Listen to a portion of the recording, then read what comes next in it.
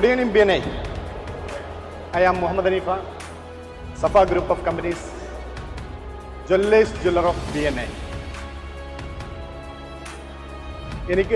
ഞാനിപ്പോൾ ഇവിടെ നിൽക്കുമ്പോൾ എൻ്റെ ഒരു കുടുംബ മീറ്റിങ്ങിൽ പങ്കെടുക്കുന്ന ഒരു ഫീലാണ് ഉണ്ടാവുന്നത്. തീർച്ചയായും കുടുംബ മീറ്റിംഗ് എന്ന് പറയുമ്പോൾ നമ്മളെല്ലാവർക്കും അറിയാം, നമുക്കെല്ലാവരെയും അറിയാം.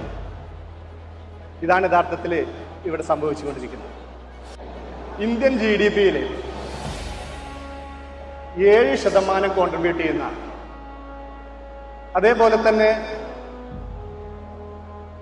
5 മില്യൺ ആളുകൾ സ്കിൽ വർക്കേഴ്സ് ജോലി ചെയ്തുകൊണ്ടിരിക്കുന്ന ഒരു വലിയ ഇൻഡസ്ട്രിയാണ് ജെം ആൻഡ് ജ്വല്ലറി ഇൻഡസ്ട്രി. ഈ ഇൻഡസ്ട്രിയിൽ 35 വർഷത്തെ അഭിമാനകരമായ ഒരു ചരിത്രമാണ് സഫ ഗ്രൂപ്പിന് പറയുവാനുള്ളത്. 3.5 പതിറ്റാണ്ടുകൾ ഒരു സ്ഥാപനത്തിന് വളരെ നിർണായകമായ ഒരു കാലഘട്ടമാണ്. ഈ കാലഘട്ടത്തിൽ ബിസിനസ് ലോകത്ത് മാത്രമല്ല, എല്ലാ മേഖലകളിലും വലിയ മാറ്റങ്ങൾ സംഭവിച്ചുകൊണ്ടിരിക്കുകയാണ്. അത്തരം മാറ്റങ്ങളെ സ്വീകരിക്കാനും അത് മനസ്സിലാക്കാനും അതിന്റെ പ്രവർത്തനങ്ങൾ കാര്യക്ഷമമാക്കാനും കഴിഞ്ഞു എന്നത് സഫ ഗ്രൂപ്പിന്റെ ഏറ്റവും വലിയ ഒരു വിജയ ഘടകം തന്നെയാണ്. 1990-ൽ ഒരു വളരെ ചെറിയ ഒരു സംരംഭമായിട്ടാണ് സഫ സ്റ്റാർട്ട് ചെയ്യുന്നത്. ഇന്ന് എനിക്കത് വളരെ അഭിമാനം തോന്നിയ ഒരു സന്ദർഭം കൂടിയുണ്ട് ഇവിടെ. ഞങ്ങളുടെ ഒരു 3ാമത്തെ ബ്രദർ ഹംസാക്ക, അദ്ദേഹമാണ് ഈ സംരംഭത്തിന് തുടക്കം കുറിച്ചത്. പക്ഷെ ഇന്ന് അദ്ദേഹം നമ്മളുടെ വേദിയിൽ ഇവിടെ ഇരിക്കുന്നുണ്ട്. ഇത് വലിയൊരു സന്തോഷകരമായ ഒരു നിമിഷം തന്നെയാണ്. ഇന്ന് ഇന്ത്യയിലും വിദേശത്തുമായി വിവിധ സംരംഭങ്ങളായി 30-ൽ പരം സ്ഥാപനങ്ങളും 500-ൽ പരം ജീവനക്കാരും 10 ലക്ഷത്തിൽ പരം സംതൃപ്തരായ ഉപഭോക്താക്കളുമുള്ള സഫ ഗ്രൂപ്പ് അതിന്റെ വിജയഗാഥ തുടരുകയാണ്. സഫ ഗ്രൂപ്പ് ഒരു Jewellers ജ്വല്ലറാണ്.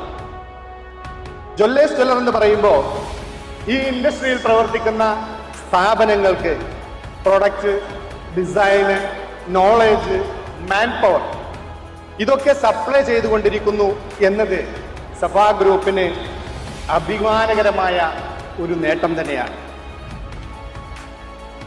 ആഭരണങ്ങളുടെ wholesale, retail, manufacturing, education, അതുപോലെ ഇന്നേറ്റവും ഉറ്റുനോക്കുന്ന സൗന്ദര്യവർദ്ധക വസ്തുക്കളുടെ മേഖലയായ കോസ്മെറ്റിക്സിന്റെ രംഗത്തും മികവ് പുലർത്തുന്ന സഫ ഗ്രൂപ്പ് ഇന്ത്യയിലും UAE-യിലും സൗദി അറേബ്യയിലും ശക്തമായ സാന്നിധ്യം സ്ഥാപിച്ചിട്ടുണ്ട്. Without an efficient team, even the best vision remains a dream. വളരെ എനർജറ്റിക് ആയിട്ടുള്ള, വളരെ പ്രൊഫഷണൽ ആയിട്ടുള്ള ഒരു ടീമിന്റെ പിൻബലമില്ലാതെ ഒരിക്കലും ഇത് സാധ്യമല്ല.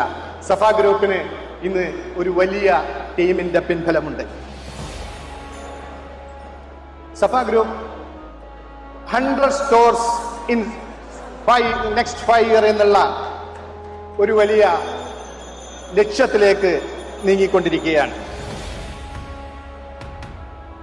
അടുത്ത 5 വർഷത്തിൽ 100 സ്റ്റോറുകൾ എന്ന സ്വപ്നത്തിന് ജീവൻ നൽകാനായി സഫ ഗ്രൂപ്പ് ഇന്ത്യയിലും വിദേശത്തും പ്രധാന നഗരങ്ങളിലൊക്കെ അതിന്റെ പ്രവർത്തനങ്ങളുടെ തുടക്കം കുറിച്ച് കഴിഞ്ഞിരിക്കുകയാണ്.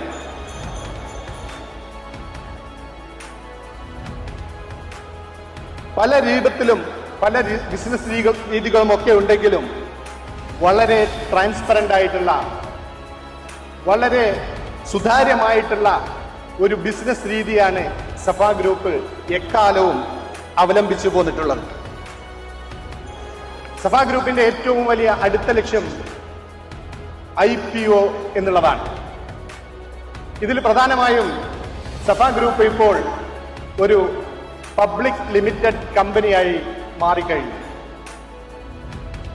IPO-യിലേക്ക് പോകുന്നതിനുള്ള എല്ലാ ചുവടുവെപ്പുകളും ഇതുമായി ബന്ധപ്പെട്ട് നടന്നുകൊണ്ടിരിക്കുന്നു എന്നുള്ളത് എനിക്ക് എൻ്റെ ഈ BMI കുടുംബത്തോട് അറിയിക്കുന്നതിൽ വളരെ സന്തോഷവും ചാരിതാർത്ഥ്യവുമുണ്ട്. BNAയുടെ ഈ പ്രോഗ്രാമിൽ ടൈറ്റിൽ സ്പോൺസറായിട്ട് നമ്മൾ വരുമ്പോൾ, ടൈറ്റിൽ സ്പോൺസറാകാൻ വേണ്ടി നമ്മളെ ക്ഷണിക്കുമ്പോൾ നമുക്കൊന്നും ആലോചിക്കേണ്ടി വന്നിട്ടില്ല. BNA നമുക്ക് അന്ന് സപ്പോർട്ടുകൾ മാത്രം മതിയായിരുന്നു അതിനൊരു തീരുമാനമെടുക്കാൻ. BNA മെമ്പേഴ്സ് വളരെയധികം സപ്പോർട്ടാണ് സഭാ ഗ്രൂപ്പിന് വേണ്ടി. നമുക്ക് അറിയാം, ആ സപ്പോർട്ട് വളരെ കൃത്യമായിരുന്നു. ഒരു കുടുംബത്തെ പോലെ വളരെ കൃത്യമായി സഭാ ഗ്രൂപ്പിന്റെ പ്രവർത്തനങ്ങളിൽ അവർ പങ്കാളിയായി. അതുകൊണ്ട് തന്നെ ഇത്തരം ഒരു ആശയം മുന്നോട്ട് വെച്ചപ്പോൾ അതിന് നമുക്ക് സംശയിക്കേണ്ടി വന്നില്ല. അതേപോലെ തന്നെ സഭാ ഗ്രൂപ്പ് എക്കാലത്തും ഞങ്ങളുടെ പ്രൊജക്ട് മാനേജ്മെന്റ് ടീമും അതേപോലെ തന്നെ ഞങ്ങളുടെ പ്രക്യൂർ ടീമും ഒക്കെ എപ്പോഴും BNAയിലെ ആളുകൾക്ക് ഒരു പ്രയോറിറ്റി എപ്പോഴും അവിടെ വെക്കാറുണ്ട് എന്നുള്ളത് ഞാൻ നിങ്ങളെ സന്തോഷപൂർവ്വം അറിയിക്കുകയാണ്.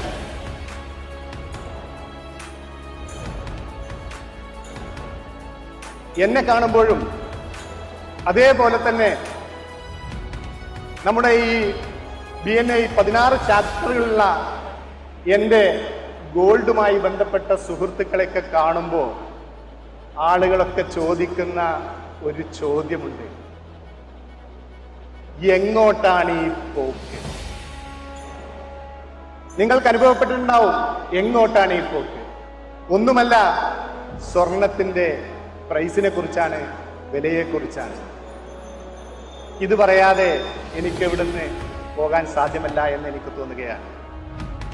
ലോകത്ത് എന്ത് പ്രശ്നങ്ങളും പ്രയാസങ്ങളും ബുദ്ധിമുട്ടുകളും ഉണ്ടാകുമ്പോഴും, ലോകത്തൊരു അസമാധാനം നിലനിൽക്കുമ്പോൾ സ്വർണവില കൂടിക്കൊണ്ടേയിരിക്കും. അതിന് കൃത്യമായ ഉദാഹരണങ്ങളുണ്ട്. 2011 സെപ്റ്റംബർ ആക്രമണ സമയത്ത്, അമേരിക്കയിൽ ആക്രമണം ഉണ്ടായിരുന്ന സമയത്ത്, തീവ്രവാദി ആക്രമണം ഉണ്ടാകുന്ന സമയത്ത് സ്വർണം കുതിച്ചിരിക്കുകയാണ്.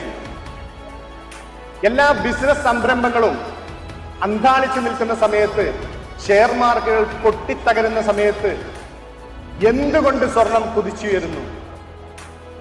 സ്വർണം ഒരു സുരക്ഷിത നിക്ഷേപമാണ്. സ്വർണം എപ്പോഴും ഒരു സുരക്ഷിത നിക്ഷേപമാണ്.